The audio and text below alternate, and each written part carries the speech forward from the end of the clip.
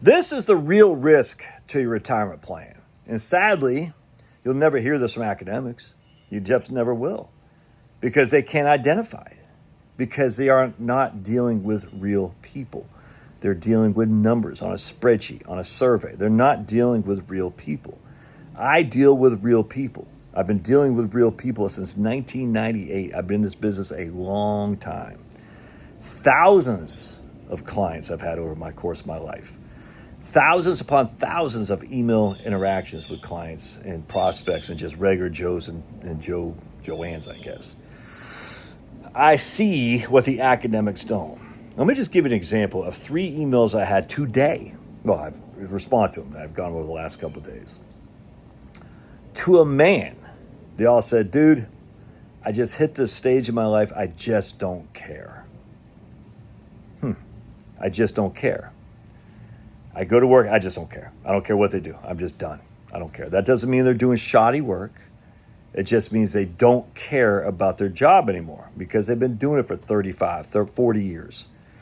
They're like, yeah, the corporation, the mom and pop firm I grew up with has been sold to private equity, been sold to international conglomerate. I just don't care. I'll do what they say, but I'm not in it for these guys anymore. I just don't care. So I've had that a million times. I had my man today, we'll call him Hector. He said, dude, I was literally, if I kept working, I would have died. I would have died. And he's been retired a year. I said, Hector, you don't need to take the risks that Fidelity has you anymore. You just, if you want the game, stop playing.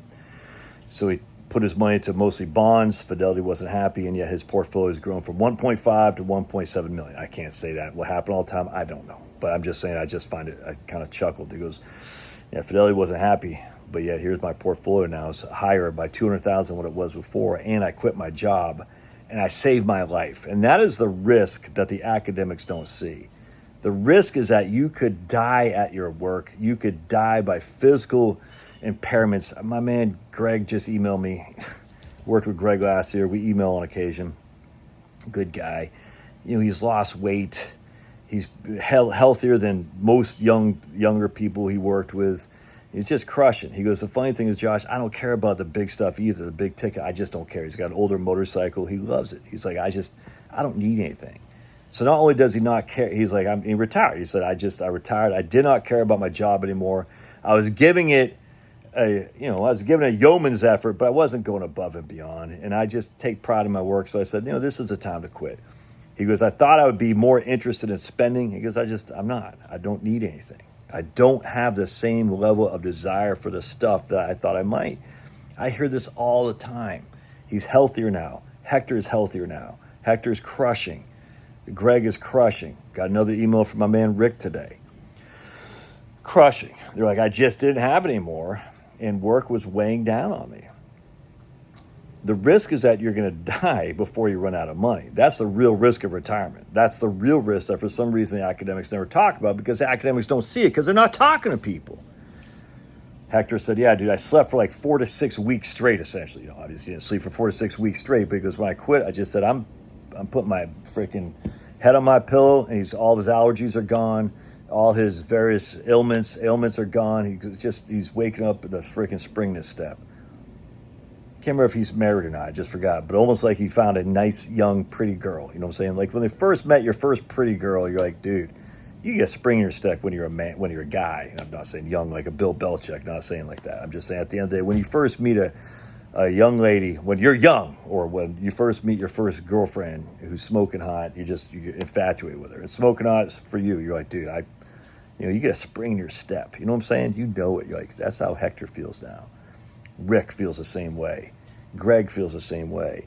The risk isn't of running out of money. The risk is dying too soon. And this is one of the things that so freaking ticks me off. We're so focused on dying without money that we forget the focus of dying with money too soon. And this is what just annoys about the academics. We should work longer, improve our lot in life. Yeah, if you improve your lot in life, if you live. I just did the earlier video today. I said, man, 53% of men over the age of over the age of 85 are still married. A half of men who attain the age of 85 are still married. But the question is, how many of those men actually attain the age of 85? We talked about that yesterday. And I can't remember off the top of my head. I think it was 20. If you're hit, I think I looked at, if you're 65 today, there's a 20% chance you'll attain the age of 85. That's it.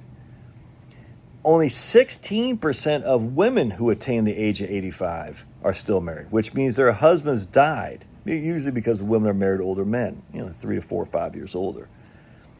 That's why there's so many widows out there, because the husbands died before the lady did. So every year, if you're married and your husband's 4 years older, every year that your husband is still grinding away is one less year that you have for you and your husband, because he's going to die well before you do. That's just what the numbers say. On top of that, he might die earlier than he anticipated because his work is literally killing him. Literally. And this is what no one talks about. When they say we should raise the retirement age, we should encourage people to work longer. No one's talking about what work does for you at a certain thing. And they say this because we're going to increase our spending each and every year with retirement. And obviously there's no evidence of that. But then I'm just like, it's the exact opposite, because we know for a fact that most people, when they get a certain threshold, they're just content. They don't want things that you did when they're 45 years old. They just don't. I don't understand why this is so hard for the academics to realize. There is no evidence at all people run out of money. There just isn't. I mean, there's some people, sure.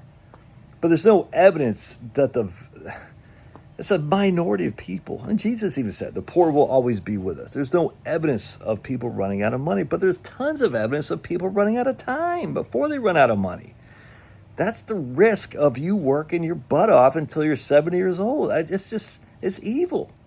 It's evil. And I hate to, what they say, don't attribute to bad intentions what could be better explained by stupidity. What's that, like Hanslow's razor or something like that? Or Hanlon's razor?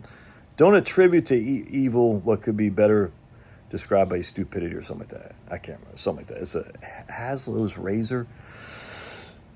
I'm not even attributing it to evil. I'm just attributing it to ignorance. These people just don't know, because academics can't. They don't deal with the people on real world that I do. I mean, I hate to even say it, but a lot of these YouTube guys, who I like, but if you haven't dealt with clients, you don't know what the real world is. You're just going off numbers on a data set.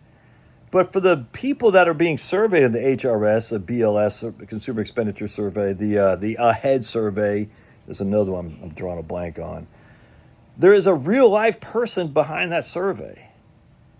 What is that real-life person's thinking regarding, do I want a new motorcycle? Do I want to do another freaking trip to Greece when I'm 82 years old? What's the real-life person thinking there? And I've seen it because I've been doing this for so long. That's what makes me different and unique. There are just not that many guys. Maybe there are. I don't know. I don't follow a whole lot of financial planning channels. Maybe there are other guys and gals on YouTube. Gals, I hate that word. Chicks. I like the word chicks. That's more, that's less demeaning. Gal is demeaning. Chick is not. I can see Penelope right there. How dare you call us chicks, Josh? How dare you? We are ladies. Ladies, I tell you. I'm just goofing on Penelope.